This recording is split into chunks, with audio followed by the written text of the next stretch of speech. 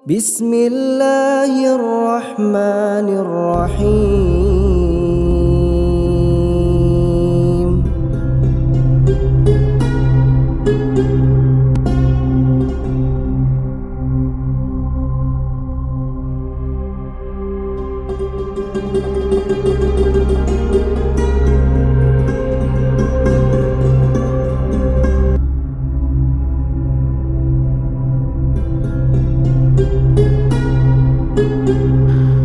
Kita lanjutkan kajian sirah khulafa.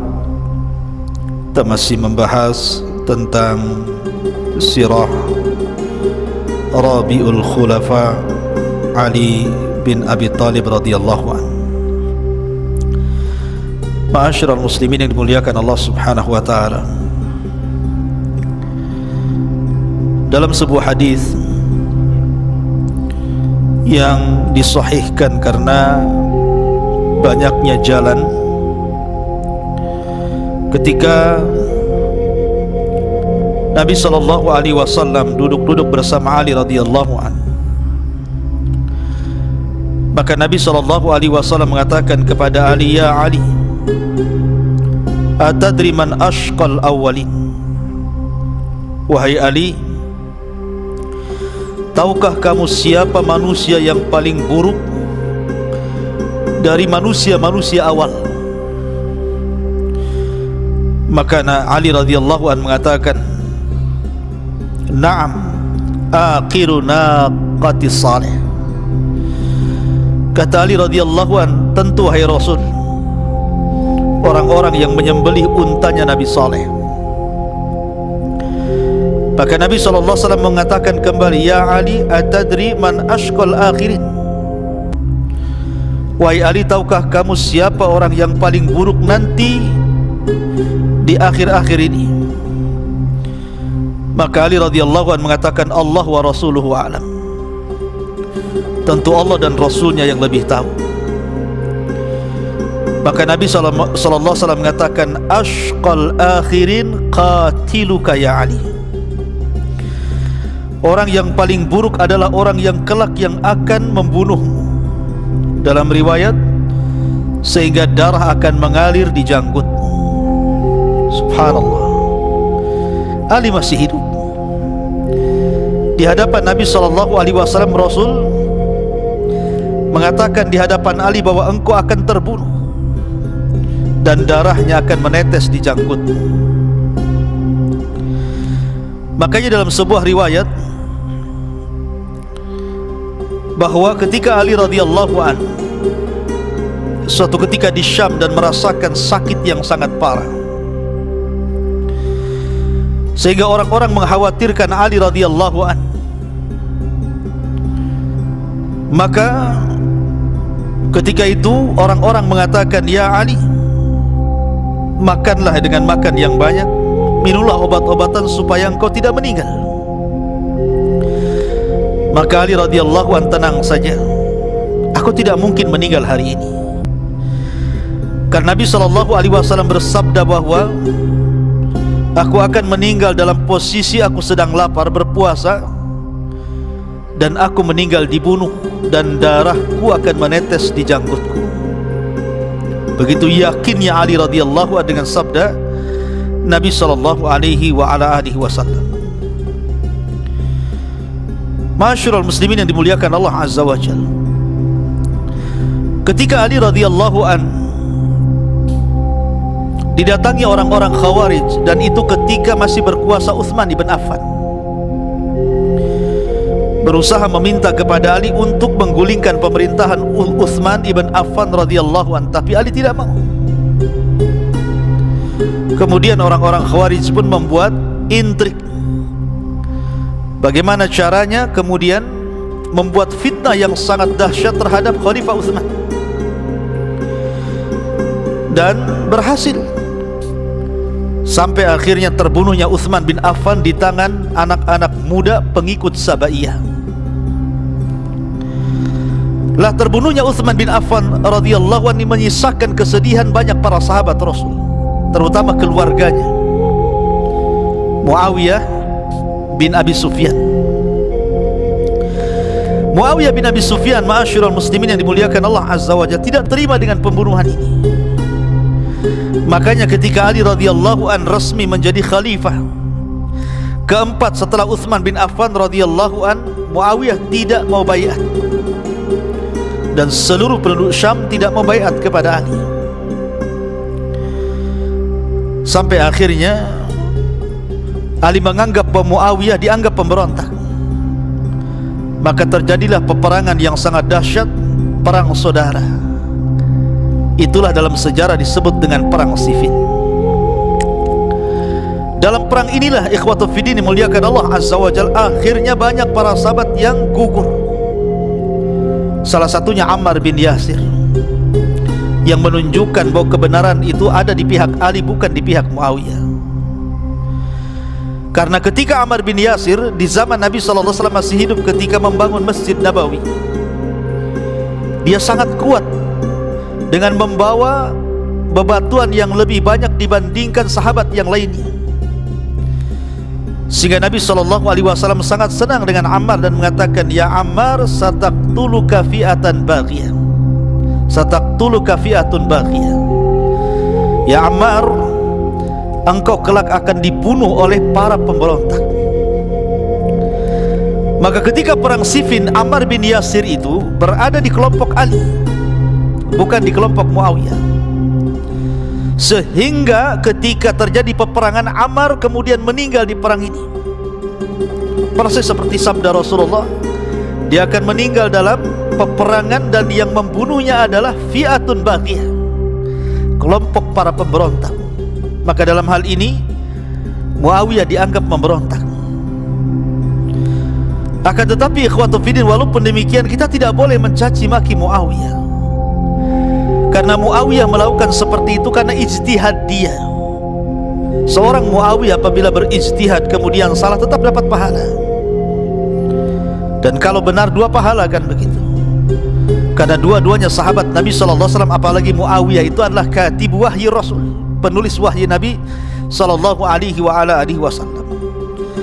Sampai pada waktunya akhirnya kemudian Muawiyah bin Abi Sufyan mengutus Amr bin As untuk berdialog dengan kelompok Ali radhiyallahu an, supaya peperangan ini tidak dilanjut karena sudah terlampau makan korban yang begitu banyak.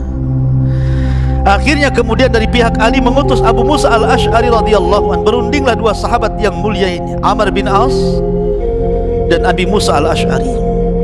Akhirnya melahirkan bulir-bulir kesepakatan. Kemudian terjadi gencatan senjata dan tidak dilanjutkan peperangannya. Pulanglah pasukan Ali ke Kufah. Lah kemudian di Kufah ini, sebelum sampai di Kufah, melewati perbatasan desa Harura, tiba-tiba 12.000 pasukan Ali tidak terima dengan tahkim yang dilakukan oleh Abu Musa dengan Amr bin As ini. Dianggapnya Ali telah bersalah dan berhukum dengan hukum manusia dan tidak berhukum dengan hukum Allah. Maka 12.000 keluar dari pasukan Ali. Kemudian mereka pun menetap di sebuah desa yang disebut dengan Harura, yang ada di salah satu desa Kufah. Ma'asyiral muslimin yang dimuliakan Allah Azza wa Jalla, maka Ali pun terus melanjutkan perjalanannya sampai di Kufah. Lah ketika itu Ali radhiyallahu an ingin menyadarkan bahwa apa yang dilakukannya itu tidak salah. Diutusnya Abdullah bin Abbas radhiyallahu anhuma untuk berdialog dengan orang-orang yang keluar dari pasukan Ali ini. Akhirnya kemudian Abdullah bin Abbas radhiyallahu anhu berhasil mengembalikan separuh pasukan dan kembali kepada Ali, namun separuhnya tetap mereka tidak terima dengan tahkim yang dilakukan Ali bin Abi Thalib radhiyallahu anhu. Ali membiarkan mereka demikian di desa Harura itu, tidak memerangi sampai pada waktunya. Mulailah di antara mereka kemudian mengkafirkan Ali dan mengatakan Ali telah berhukum dengan hukum manusia. Dan Allah Subhanahu wa taala berfirman, "Wa man lam yahkum bima anzalallah fa ulaika humul kafirun." Siapapun yang berhukum dengan hukum Allah, dia kafir. Mulailah mereka mengkafirkan Ali. Tapi Ali tetap membiarkan. Sampai ketika ada kasus putra daripada sahabat yang sangat mulia Khabbab bin Arat, namanya Abdullah ibn Khabbab bin Arat, itu lewat dengan keluarga dan pembantu serta budaknya ke tempat itu.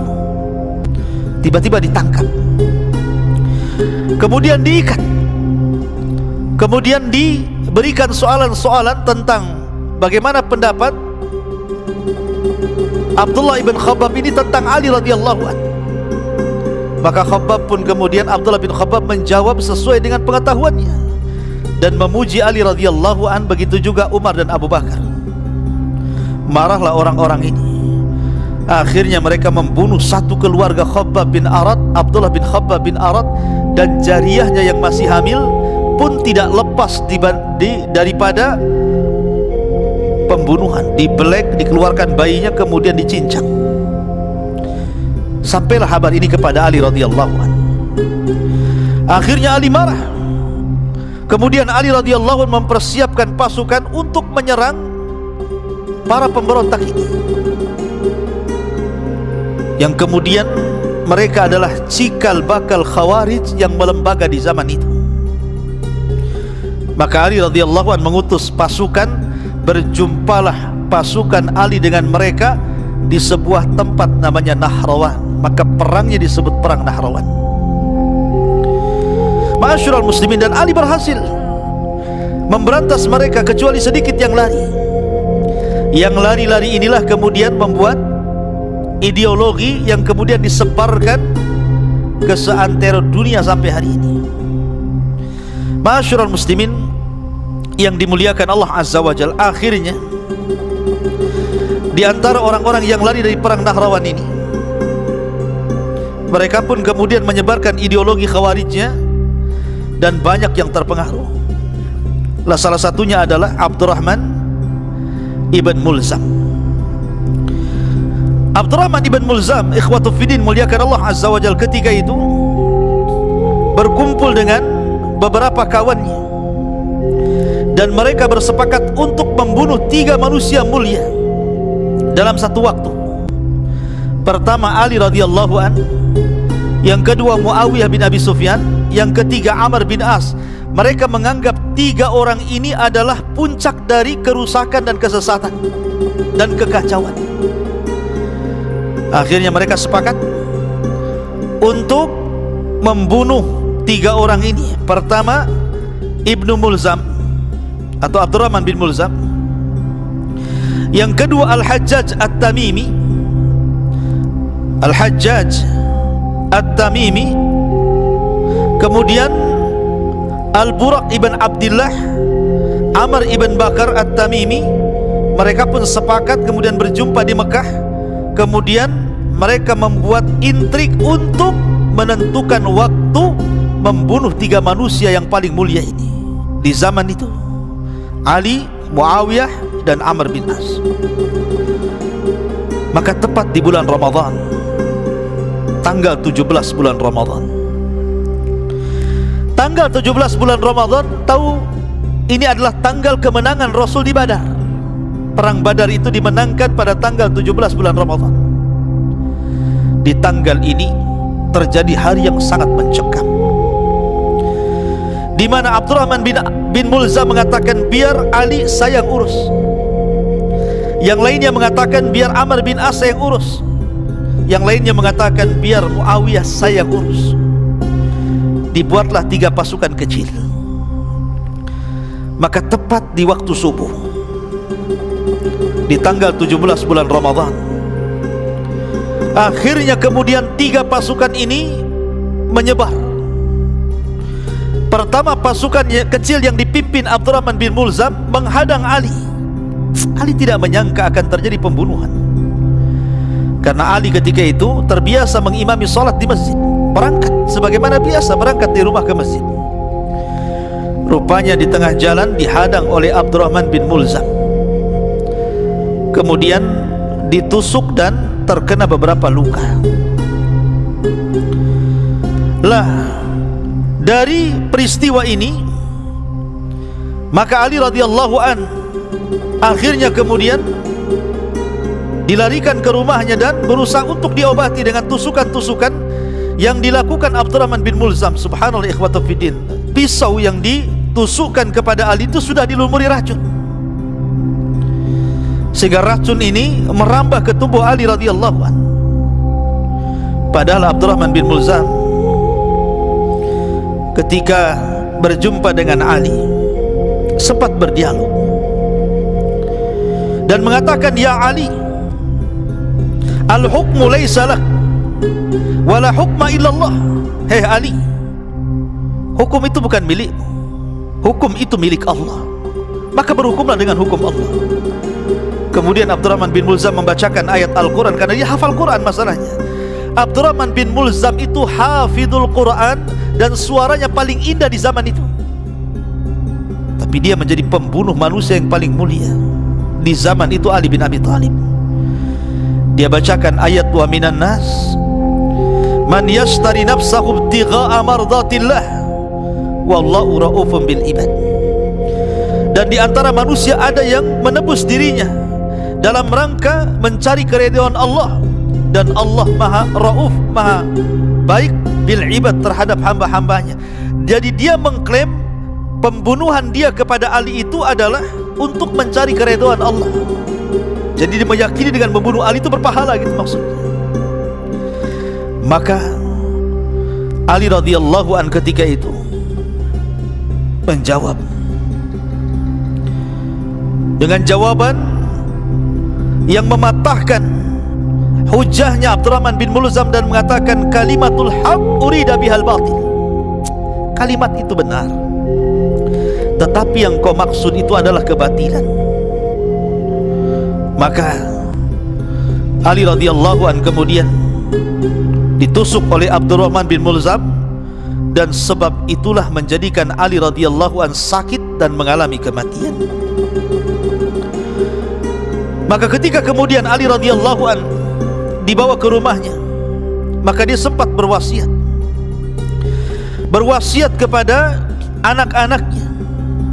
Di antara wasiatnya, bismillahirrahmanirrahim, hadza ma awsa bihi Ali ibn Abi Thalib annahu yashhadu an la ilaha illallah wahdahu la syarika lah wa anna Muhammadan abduhu wa rasuluhu arsalahu bil huda wa dinil haq liyudhhirahu 'ala ad-dini kullihi walau karihal musyrikun. Qul inna salati wa nusuki wa mahyaya wa mamati lillahi rabbil alamin. Kemudian Ali radhiyallahu an menasihatkan dengan sangat banyak sekali nasihat.